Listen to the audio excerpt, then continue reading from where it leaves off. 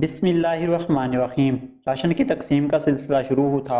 ایک پرانے مکان پہ نظر پڑی۔ اس کا دروازہ کھٹکھٹانا ہی چاہا تھا کہ ساتھ میں آئے محلے کے ایک فرد نے منع کر دیا۔ پوچھنے پر وہ کہنے لگا، صاحب رہنے دیں، یہ ایک فحش عورت کا گھر ہے، اس کو بہت جگہ سے راشن آتا رہتا ہے۔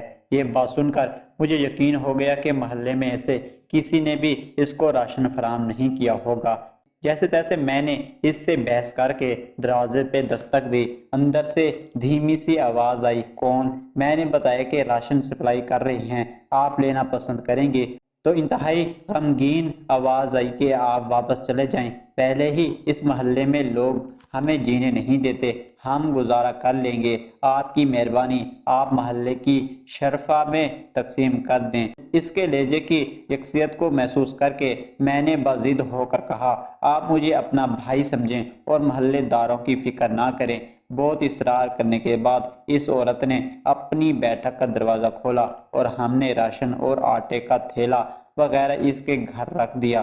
وہ عورت خود پردے میں آئی اور شکریہ ادا کرنے لگی، لیکن دل مطمئن نہیں تھا کیونکہ وہ باپردہ عورت لگ رہی تھی۔ محلے کا ایک فرد بھی میرے ساتھ تھا جو بار بار مجھے چلنے کے لیے کہہ رہا تھا۔ اس فرد کی باتوں کو نظر انداز کر کے میں نے جوں تو ہمت کی اور اس عورت سے پوچھ لیا کہ بہن، آپ نے ایسا کیوں کہا کہ آپ کے گھر میں راشن موجود ہے؟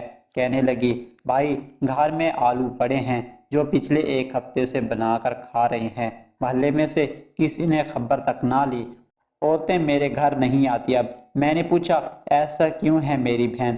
وہ بے کس عورت آنکھوں میں آنسو لیے بولی، میرے خاوند کو وفات پائے ہوئے 2 سال کا عرصہ ہو گیا ہے، اس وقت بہت حالات اچھے تھے، میرے 2 بچے ہیں، کچھ وقت ٹھیک گزرا، میرے والد میرے لیے جتنا کر سکتے تھے کرتے تھے، ان کی وفات کے بعد حالات خراب ہونا شروع ہو گئے، بچوں کا اور گھر کا نظام مشکل ہو گیا۔ ایک دن میرے خاوند کا قریبی دوست کچھ عرصے بعد باہر سے آیا تھا، اس نے مجھ سے بہت افسوس کیا اور مجھے کچھ پیسے دے کر چلا گیا۔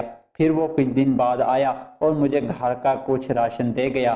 دوسری طرف لوگوں نے جب میرے دروازے پہ گاڑی کھڑی دیکھی تو طرح طرح کی باتیں کرنا شروع کر دی۔ پھر جب وہ واپس بیرون ملک لوٹنے لگا تو جاتے ہوئے میرے گھر آیا اور کہا، بہن یہ میرا نمبر ہے، آپ کو کسی بھی چیز کی ضرورت ہو تو اپنے بھائی سے کہنا، کسی محلے دار سے مانگنے کی ضرورت نہیں ہے۔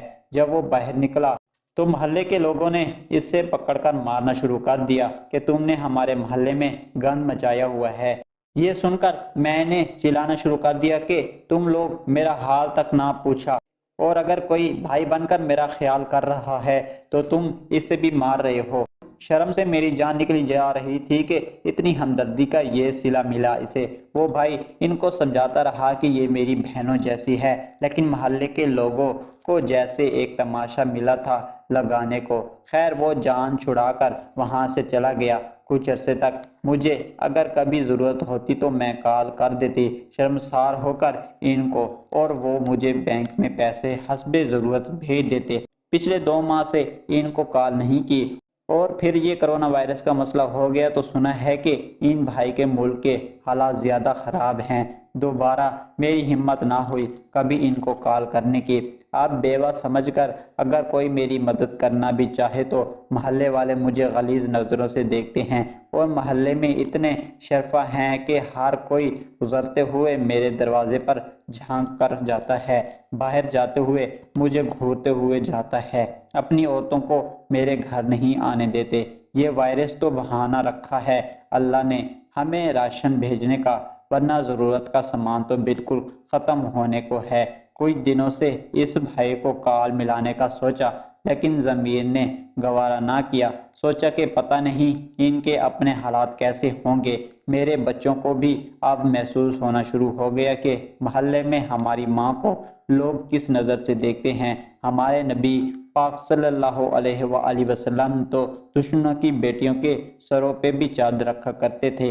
یہ کہاں کے دیندار لوگ ہیں کہ اگر کوئی میرے گھر میں میری مدد کو آتا ہے اس کو اس قدر مشکوک نظروں سے دیکھتے ہیں کہ لوگوں نے ڈر کے مارے مجھے زکوٰۃ دینا تک چھوڑ دی ہے۔ یہ باتیں کرتے کرتے اس کا دوپٹہ آنسوں سے بھیگ گیا۔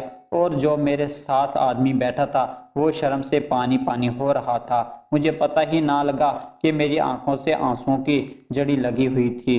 ہم نے راشن کے ساتھ کچھ نقد رقم بھی اپنی طرف سے ادا کر دی۔ جو شخص میرے ساتھ تھا وہ باہر نکل کر کچھ بولنے ہی والا تھا کہ مجھ سے رہا نہ گیا، اور اس کے بولنے سے پہلے ہی شروع ہو گیا کہ بروز قیامت تم لوگوں کے اس راشن کو اللہ کیسے قبول کرے گا، جبکہ تمہیں محلے میں رہنے والے ان لوگوں کی خبر نہیں جو کسی کے دروازے پہ نہیں جاتے۔ کوئی کیسا ہے؟ یہ اللہ اور اس کے درمیان کا معاملہ ہے۔ آنکھوں دیکھا بھی بعض دفعہ سچ نہیں ہوتا۔ اس کی خاموشی اور نم آنکھوں نے کچھ نہ بولا۔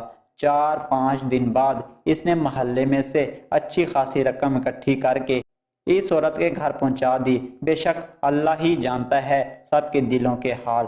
ہم کریکٹر کو چھوڑ کر یہ تک سوچ کر کچھ نہیں دیتے کہ یہ وہابی ہے، یہ سنی ہے، یہ شیعہ ہے۔ خدارا یہ سوچنا بند کر دیں کہ فلاں ضرورت مند ہے یا نہیں۔ اگر اللہ تعالی ہمیں دیتے وقت یہ نہیں سوچتے کہ یہ ضرورت مند ہے یا نہیں تو ہم کون ہوتے ہیں یہ فرق کرنے والے؟